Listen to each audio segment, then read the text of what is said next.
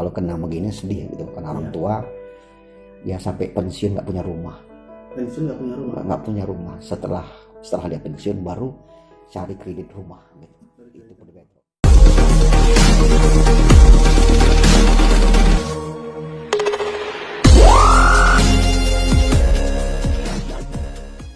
Oke Bapak, selamat malam Bapak. Selamat malam. Terima kasih Bapak udah mau mengundang atau menerima tim Tripod 68 untuk hadir di depan Bapak. Tripod 68 ya? Tripod 68, oke, Bapak. sip, Tripod 68. Gimana Bapak, sehat malam? Alhamdulillah sehat. Terima kasih Bapak.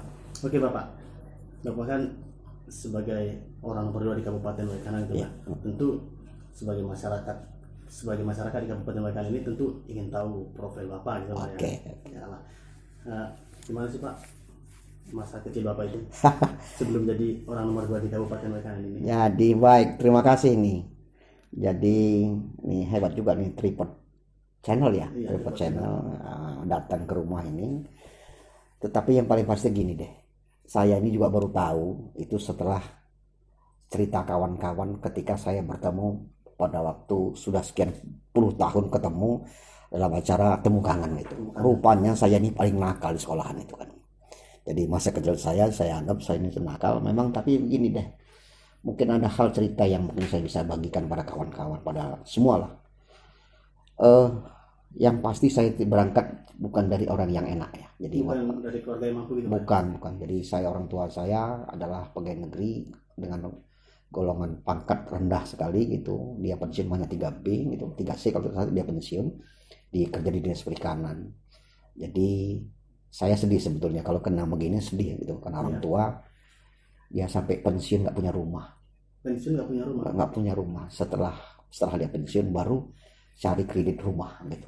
Itu berbeda. Jadi memang kalau maaf ini Pak ya, kalau sampai kreditan rumah aja nggak bisa, bagaimana dengan kehidupan Bapak baik secara pendidikannya? Ya. Itulah yang saya ingin coba bagikan, saya ingin share kepada kawan-kawan lah, pada anak-anak semua lah yang ada di ini. Begini, memang kami dulu sampai Bapak pensiun itu pindah-pindah. Jadi kerja kayak kucing beranak gitu. Jadi saya rasakan betul kesedihan orang tua saya, tapi yang paling pasti itulah yang menempa hidup saya. Jadi saya itu membuat Bapak lebih kuat dalam menempa hidup itu ya? Jadi saya lebih kuat dan saya berusaha untuk mencari jalan keluar. Dan saya pada waktu masih kecil di SD sampai di SMP saya bisa berdagang. Dagang apa itu Pak? Saya jual es balon, mungkin dulu ada masih kenal es balon. Terus kerupuk, terus pempek, itulah yang saya sampai SMP itu salah itu. Memang Bapak nggak malu itu jualan es balon gitu? Nah itu dia dulu itu awalnya saya menjual es balon dengan orang Cina itu bukan mau cari uang tuh, jadi senang-senang aja gitu. Jadi pas mau lebaran saya senang-senang aja jalan bawa es balon gitu gitu. Jadi dapat uang dari situ lah. Jadi dari situ saya mulai dapat yang ngerti uang gitu. Tapi memang uang tidak segala-galanya pada waktu itu, hanya sekedar senang-senang aja. Tapi akhirnya saya ikut membantu orang tua, saya bantu ibu saya. Dari hasil jualan itu untuk bantu orang tua gitu. Atau hanya untuk memenuhi kebutuhan? Satu ya paling bantu sekedar bantuan saja lah ya. Jadi nggak ada itunya. Itu yang saya rasakan. Kemudian yang saya luar biasa juga, bapak pekerja keras, ibu juga pekerja keras. Saya ingat ibu itu bawa bebek itu. Ibu saya pernah bebek di aliran sungai di Metro itu ya, sampai berapa kilo kita nggak suruh kembali. Bapak sempat tinggal di Metro? Oh iya, di Metro, saya besar di Metro, di Lampung Tengah lah, Lampung Tengah. Tapi lahir di mana Pak? Lahir saya di Muara Enim, di Sumatera Selatan. Muara Enim, tapi kok di Metro itu gimana? Jadi gini, saya besarnya itu hanya 1 bulan saya di kampung. Jadi saya hanya dilahirkan di kampung saya di Muara Enim. Kemudian saya lebih besar banyak di luar daerah, di Lampung. Jadi sebagian besar hidup saya ini, sebagian besar ya, 99,99 saya di Lampung. Jadi saya orang Lampung betul jadinya, bukan orang sana gitu. Kelahirannya Muara Enim, ya hanya tempat lahirnya aja. Iya betul. Jadi kalau sampai sekarang ini orang tua masih lengkap? Sudah almarhum semua dua-duanya. Terakhir tahun 2016 ibu saya meninggal. Ini maafin Pak. Nggak apa-apa. Jadi itulah masa kecil hidup Bapak itu ya. Ternyata tidak terlalu dibilang itu tidak terlalu indah lah Pak. Tidak kalau dibandingkan dengan sekarang. Iya. Jadi ada banyak hikmah yang Bapak bisa ambil dari masa kecil Bapak ya. Betul. Terus masa biografi pendidikan Bapak itu jadi gini, SMP, SMA-nya atau? Ya, jadi gini, saya saya pernah sekolah itu antara TK dengan SD. Saya di Metro. Jadi hari ini saya diantar di SD, besok diantar sama orang TK. Jadi pernah hampir 1 bulan itu saya nggak tahu sekolah saya yang benar yang mana. Baru setelah orang tua bilang, kamu tuh kok kenapa?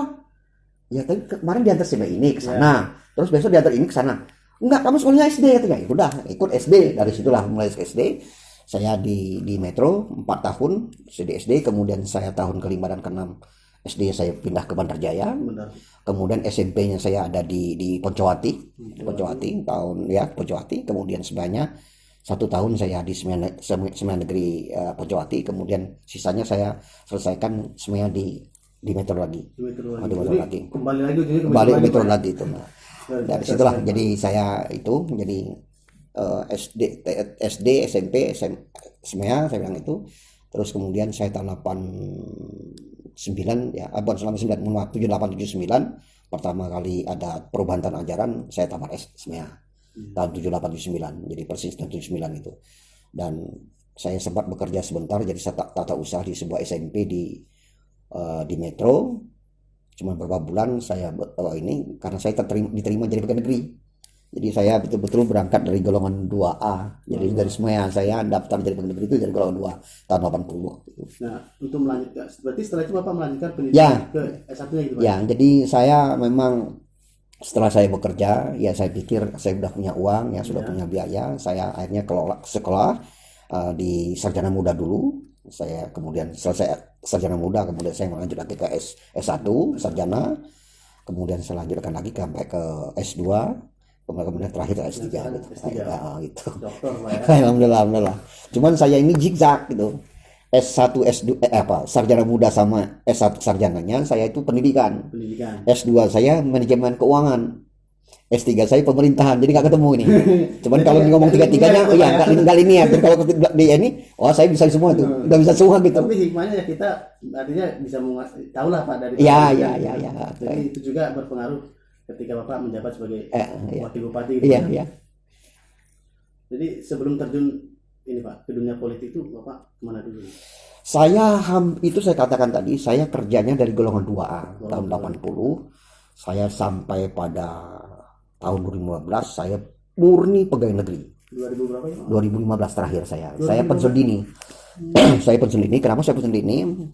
Sebetulnya saya masih pensiun masih 3 tahun lagi lah kalau undang-undang nomor 5 2014 saya masih lama, masih 3 tahun lagi, tahun 2018 harusnya pensiun gitu. Kalau saya nggak mendapat eselon 2, tapi kalau sampai eselon 2 saya sampai 2000 sampai 60 baru mau pensiun ini. Sebetulnya pensiun saya itu nanti Oktober 2020. Kenapa sih Pak pensiun dini memutuskan untuk pensiun? Iya tadi saya katakan itu. Jadi saya diajak oleh Pak Adipati Surya pada saat itu untuk ikut terjun ke dunia politik, masuk ke urusan wakil bupati lah gitu. Kira-kira gitu. Ya tapi yang paling pasti gini deh. Saya dengan bekal pendidikan yang sudah ada ini, saya juga berkecimpung di dunia pendidikan. Saya juga jadi dosen pada waktu saya S2. Saya selesai S2, saya ngajar di Sekolah Tinggi Hukum di Muhammadiyah Kota Bumi itu. Sama hampir 2-3 tahun saya ngajar. Kemudian saya sudah banyak di sini. Yaitu sudah di pemerintahan ini sudah saya berhenti. Kemudian terakhir begitu saya selesai S3 juga saya mengajar di Universitas Batu Raja di Fakultas Ilmu Sosial Politik. Nah sekarang juga saya sempat juga ngajar di Unila, di S2 Unila Magister Manajemen. Kemudian sekarang saya juga masih aktif sekarang di 2 tempat, di Universitas Muhammadiyah Lampung ngambil mata kuliah di Visipol, kemudian di Universitas Bandar Lampung di S2-nya, S2 Magister Ilmu Administrasi kayak gitu. Itulah yang saya jadi kegiatan. Ditambah lagi dengan kegiatan sehari-hari juga ini di UT. Untuk unit belajar jauh yang di Dewa Ituba itu. Jadi saya sebagai pengajar, fasilitator bukan pengajar, fasilitator itu. Jadi itulah yang saya mampir gitu. Dengan kesibukan yang segitu padat itu Pak ya. Sebagai orang nomor 2 di Kabupaten Bakanan ini, bagaimana Bapak memanage waktu? Nggak, saya makanya kalau dulu pada waktu saya masih ngajar di Universitas Batu Raja itu saya pada siang hari gitu. Siang hari. Jadi saya sudah sore itu sudah ngajar ke sana gitu. Tapi kalau sekarang ini saya ambil hari libur gitu, hanya Sabtu dan Minggu gitu. Saya bisanya gitu. Kalau nggak malam Sabtu dan Minggu. Nah, gitu. Dengan kesibukannya apa enggak tidak mengganggu pemerintahan di Kabupaten Waikanan ini? Ya alhamdulillah sih, kalau yang saya rasakan hampir 5 tahun ini ya, Ya. hampir 5 tahun, 4 tahun setengah ini nggak ada kendala itu, alhamdulillah nggak ada kendala. Alhamdulillah, Pak, Jadi ya. cuman kalau yang repot itu kalau ketika mahasiswa mau ujian tesis Ya, ujian tes. atau ujian skripsi waktu di Batu Raja, terpaksa harus tinggalkan gitu. Jadi saya nggak bisa, saya kasihan sama mahasiswa. Jadi saya merasakan betul bagaimana jadi mahasiswa ketika sudah menyusun apa skripsi atau tesis, ya kita harus layani baik-baik lah, mereka harus kita dahulukan gitu. Saya tinggalkan biasanya gitu. Dan saya kalau pada waktu jadi wakil bupati ini sekarang ini, saya izin langsung Pak Bupati, saya izin, saya mau uji mahasiswa lah gitu. Jadi komunikasi dengan Pak Bupati ini sangat ini. Alhamdulillah. Luar biasa sekali. Iya. Jadi pasangan yang sangat ini harmonis lah itu Pak, ya. Alhamdulillah. Bagaimana sih Pak membangun komunikasi dengan Bupati itu? Gini ya, pertama gini, saya ingin sampaikanlah pada kita semua di sini ya. Yang pertama, saya ini orang birokrat murni betul gitu. Artinya kalau orang birokrat itu apa yang diperintah atasan itu harus diikuti gitu ya. Itu satu. Yang kedua, ada filosofi hidupnya. Kalau kita jadi bawahan ini jadi maksud. Kalau kita pintar, kalau kita orang cerdas, jangan menggurui. Nah itu. Tapi juga ada satu itu. Kalau kita bisa cepat, kita berlari bisa cepat, jangan juga menggurui. Nah, kalau kita pintar, jangan menggurui. Itu aja modalnya. Dan ya tempatkan di diri kita masing-masing lah, sesuai dengan porsi kita. Jangan kita jadi wakil bupati semua mau kita, enggak lah. Saya alhamdulillah itu yang saya jaga. Jadi saya adalah orang pegawai negeri, orang birokrat. Jadi saya jaga betul. Apapun bentuknya adalah bupatinya cuma satu. Dia yang jadi ikutan kita. Nggak bisa kita mau semua mau kita sedangkan beliau, nggak bisa. Karena yang punya kebijakan beliau, bukan saya. Kalau salah di dia, kalau benar di dia juga dipuji orang. Nggak pernah kalau kebijakan itu salah, oh ini salah wakil, enggak. Kalau kebijakan benar, wah ini hebat nih Pak Wakil, enggak itu, tetap ada bupati. Nah itu jadi kita harus bisa menempatkan diri itu. Nah itulah yang saya katakan, sering saya sampaikan di mana-mana. Kami berdua ini pada prinsipnya adalah bisa menempatkan diri kita masing-masing dan tahu diri. Nah, tahu diri. Ya kalau sudah kita tahu diri kan, ya bupatinya tahu dengan kondisi anak namanya wakilnya sudah juga tahu dengan siapa bupatinya, kan gitu.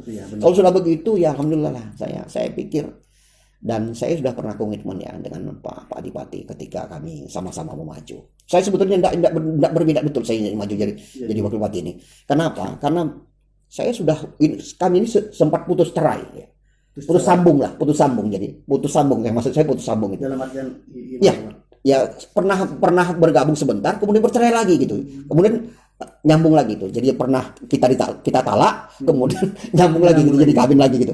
Itu kenapa? Karena saya menganggap ya saya nggak terlalu itu aman tapi ya ini jalan hidup, kita juga nggak tahu gitu. Saya nggak tahu juga seperti ini. Saya juga sudah bersyukur Pak. Jadi wakil bupati udah hebat sih menurut saya, pandangan saya ya.